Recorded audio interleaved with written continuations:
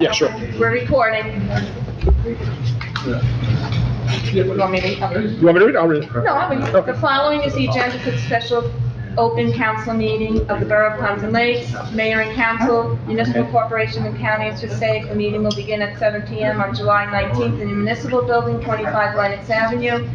Consistent with the New Jersey Open Public Meetings Act, the meeting will be open for public comments and shall be in accordance with the terms and conditions of the borough's municipal code and bylaws. Thank you. In conformance with the Open Public Meeting Law, Public Law 1975, Chapter 231, adequate notice of this meeting setting forth time, date, place, and purpose of the special meeting through notice posted on the bulletin board in the municipal building, mailed to all requested and paid for same, and mailed to Suburban Trends. Roll call, please. Mayor Sarah. Here? Council President Polidori. Here. Councilman Begg is Absent. absent. Councilman Cruz. Absent. Councilman DeLine. Here. Councilwoman Kent. Here. Councilman Bennon. Here. With us this evening is our Borough Administrator Paul Cosarelli and our Borough Attorney Mark Semeraro. Okay, thank you. All right, I'm going to hand it off to Debbie, our planner, and we're going to talk about the Pompton Lakes Vet We don't do Senior flex Housing. it? We don't do flex it? What's that? No? We don't, do we normally do it on the special? We'll do it twice today. I pledge allegiance to the flag of the United States of America and to the republic for which it stands, one nation, under God, indivisible, with liberty and justice for all. Okay. It's all yours, Debbie. I feel I need to be sworn in for... We've never done that before. No, I don't think so. I mean, you're providing, it's not sworn testimony. Okay. Good evening. Tonight, we're going to be presenting to you the Pompton Lakes Senior Housing Redevelopment Plan. This has been a long time coming. We've been working on this with the county on and off since 2018. Just to give you a little bit of background, and everything will be up on the screen so that you could see it as well, but it's comprised of 4 lots. Block 2300, lots 1, 7, and 10, and block 2600, lot 2. And if you look in between, there's a separation right now. It is a paper street, and the borough is working with the county right now to vacate the street that bisects the property to make it into one area. It's about 3.6 acres. And most people in the municipality would know it as the site of the county's DPW and a salt shed and Pompton Lakes Recycling Center. So just a little bit of history on the area in need of redevelopment designation.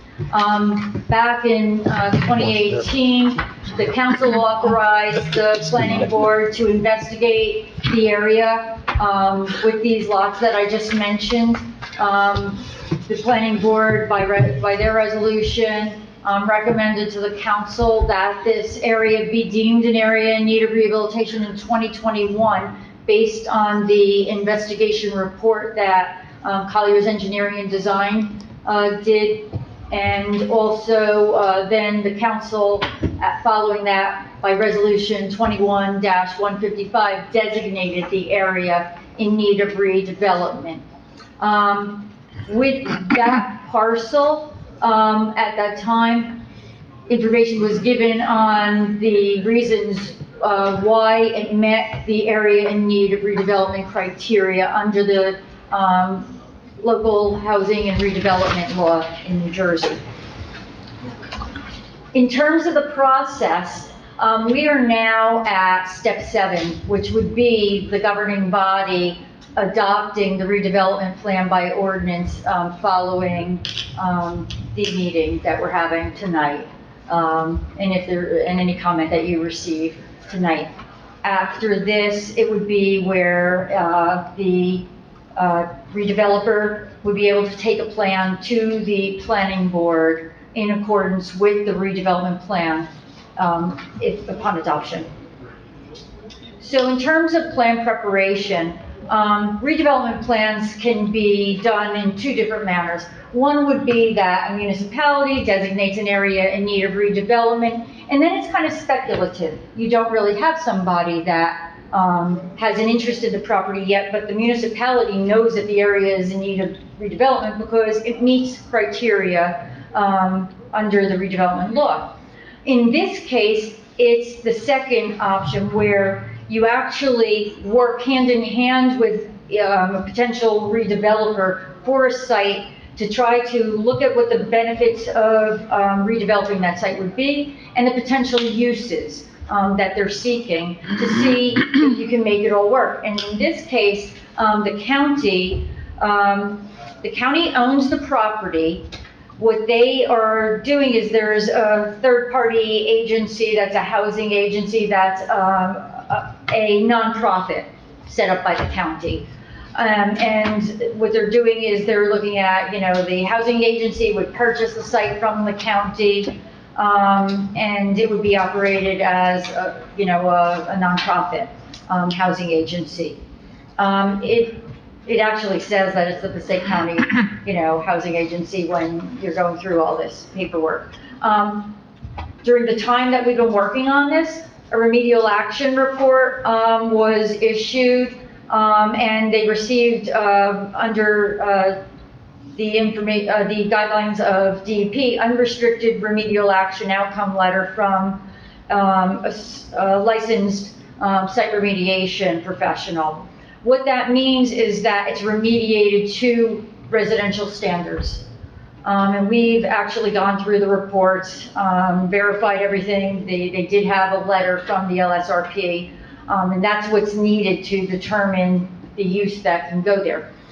The one point in the letter was that contamination of the interior of the structure would have to be looked at and addressed at a later date. So all of the grounds, the information that deals with contamination have been already settled. And then the interior of the building would be, as they're proceeding forward, they would provide another letter as to that portion where the garage is right. And that could be an issue, correct? Because It could be. There was trucks and stuff. And then again, and they would be told what the cleanup would be on that at that time.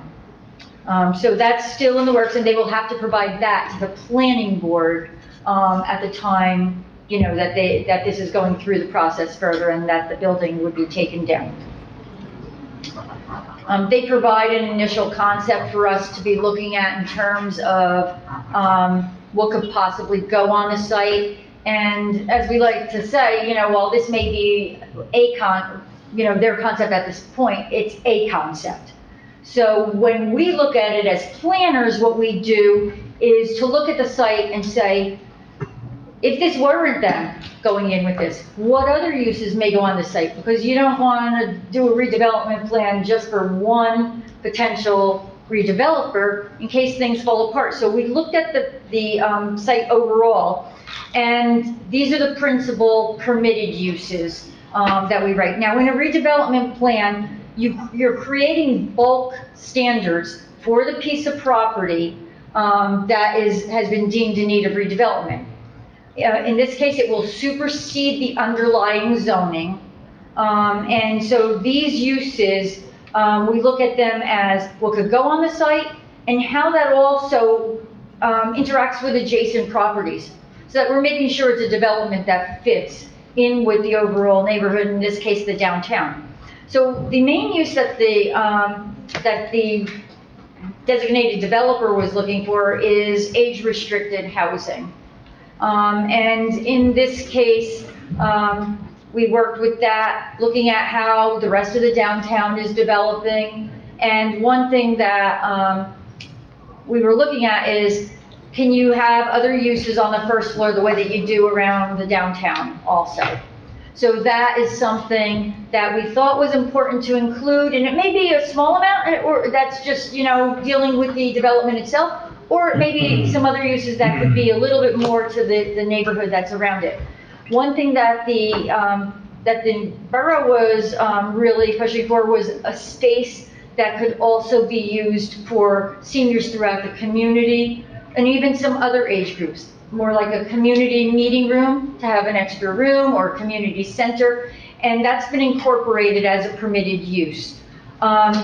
Restaurants, would be exclusive to the first floor. Retail would be exclusive to the first floor, personal services, banks. And when it comes to some of the uses that are in here, like restaurants and banks, there wouldn't be drive-throughs permitted with those. So this is more keeping this contained just to the first floor, like a neighborhood type of retail would be. And we don't see this as being, you know, big restaurant type of space on your first floor. It may be a deli, it could be like, you know, a convenience store, something on that order that you're gonna see. It's not like there's a lot of space that would be dedicated to these uses, but we wanted to make sure that they could be permitted if somebody wanted to go in. Like hair salons, or a barber shop could be in a senior building, or medical offices. The county wanted to be sure, and the housing agency, that they could put one of their own offices in there that's related to the housing.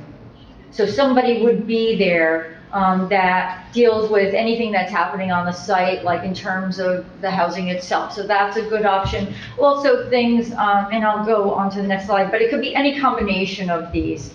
So overall, your primary use is going to be age-restricted housing.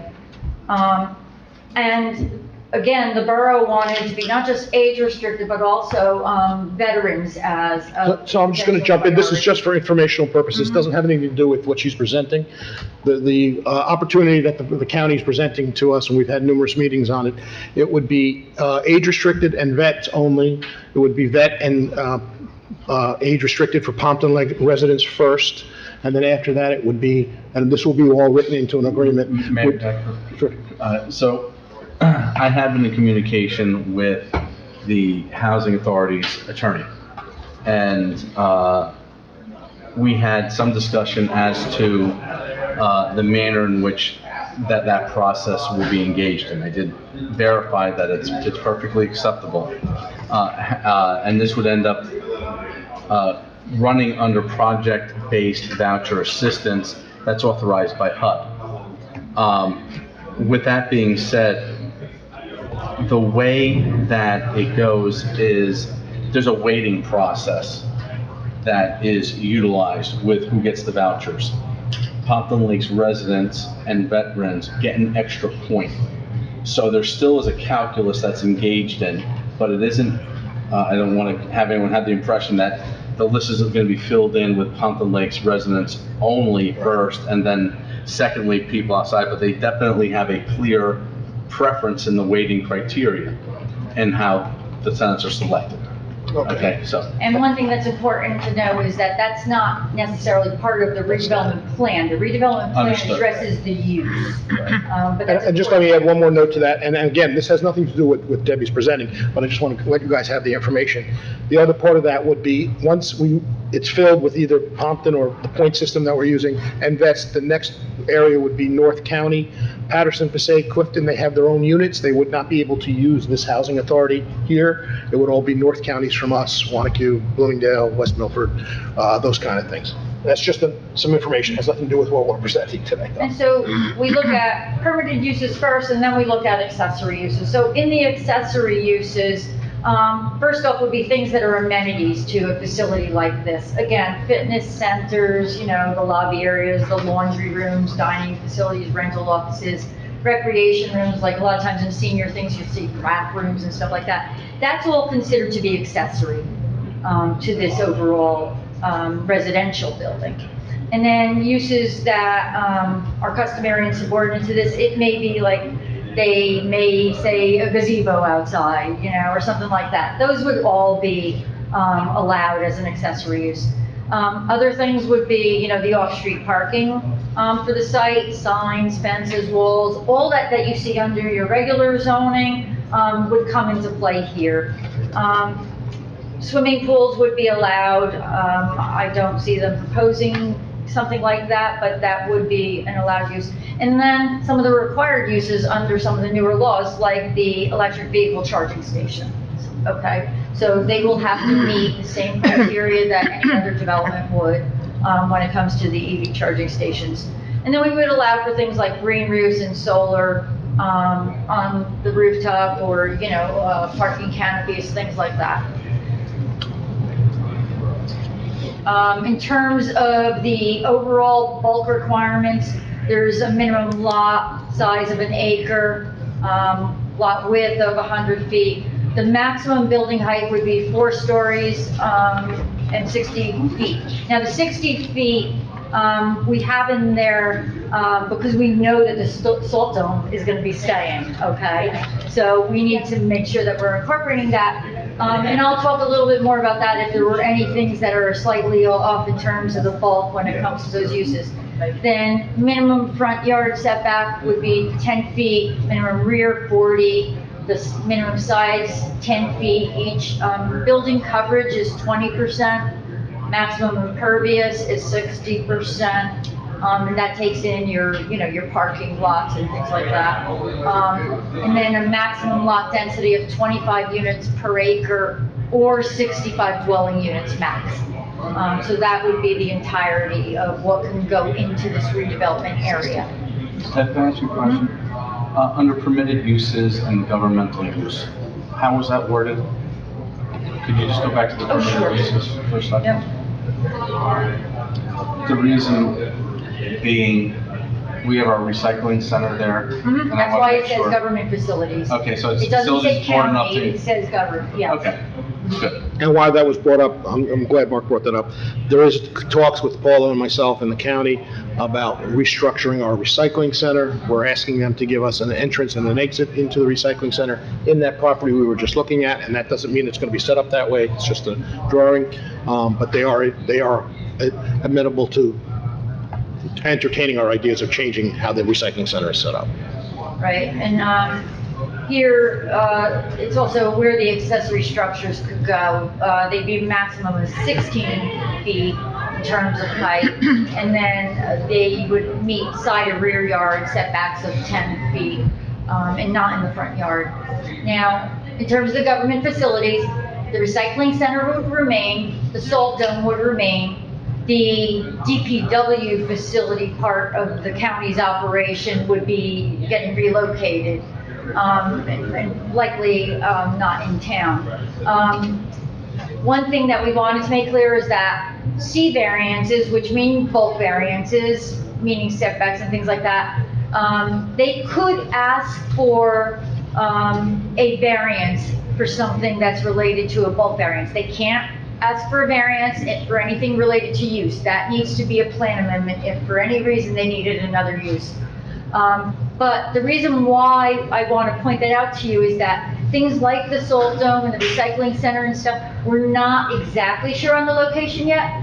And if for some circulation reasons or whatever, the salt dome needs to be a little bit closer to a line, we want to just let you know that they have the ability to go to the planning board and ask for a C variance for something like that. Now, the likelihood is that it's, you have a 10-foot setback. They're not going to need much if they're asking for something like that. And just so we're aware too, we keep saying dome, it most likely will not be a dome anymore. It will be some type of shed. Shed. So it'll be much lower, but for purposes of this, it's still a dome, so we're saying dome. This went to the planning board already for master plan consistency. And in terms of looking at the master plan overall, back in 2007, the overall master plan, the comprehensive master plan did recommend that the DPW site be relocated, to some area where it would have greater compatibility. It did, it did mention that something else should be on this site, considered possibly a park or a parking deck back then.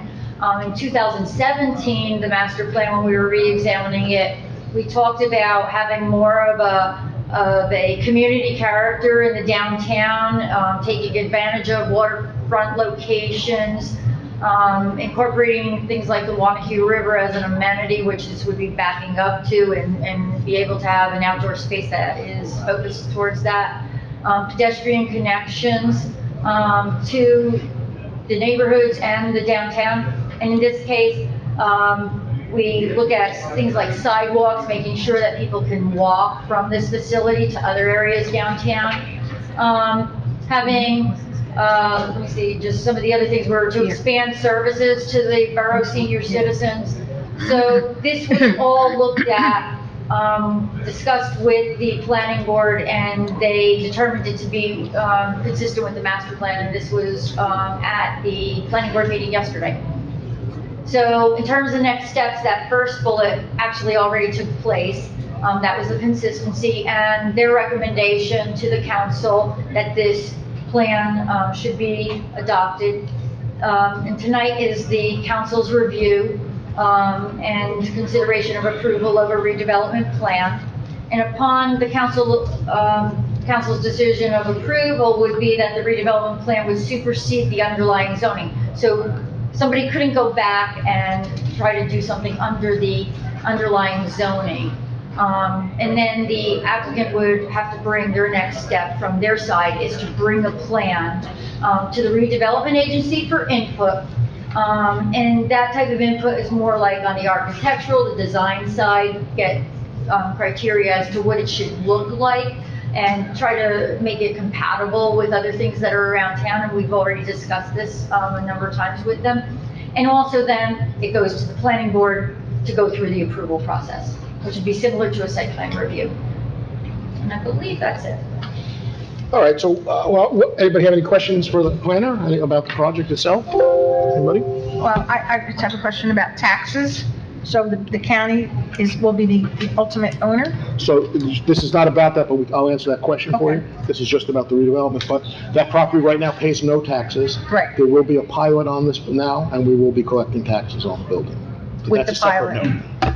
Yeah, And it is the corporation that'll be the owner in fee. right, it's the corporation itself. Oh, it won't be the, Won't be the Won't be the county. No. okay. Any other questions? Anything? No? Okay. Thank you, Debbie. Thank you. Okay. Motion to open the meeting for public comments. Motion to open the meeting for public comments. Motion. Councilman Bennett? Second. Councilman Devine, all in favor? Aye. Against? Aye. Anyone from the public like to address just this, presentation? Please step up. happens after. Here. No microphone. Brady Hitton, 443 Montclair Avenue. Councilwoman Kent just answered my one question. Who would be the actual owner? So you're saying the corporation would be the actual owner? Yes. And they'd be responsible for the pilot payment the program? Yes. And how long a pilot would we put on? Well, we're still in negotiation, but it'll probably be a 30-year pilot. Any reason why we go to the full extent, 30 years, we go 10 years and see how it works out? Or Well, initially, do we go always? We're not collecting any taxes on the property now, so, It doesn't matter. I'm asking about the length of term of the pilot. because a standard pilot for us is 30 years. What, it can be 5, it can be 10? It can be. Part of the reason also is, Mr. Hinn, that in order for this project to actually have legs, there needs to be a predictable expense stream for them. If they didn't get this pilot, they wouldn't be able to get the credits that they need in order to turn this into a affordable project for seniors and veterans. I completely understand that. I am pro the project. I'd like to see it go through. My question was just the length of the pilot itself. You need 20 years, is not enough?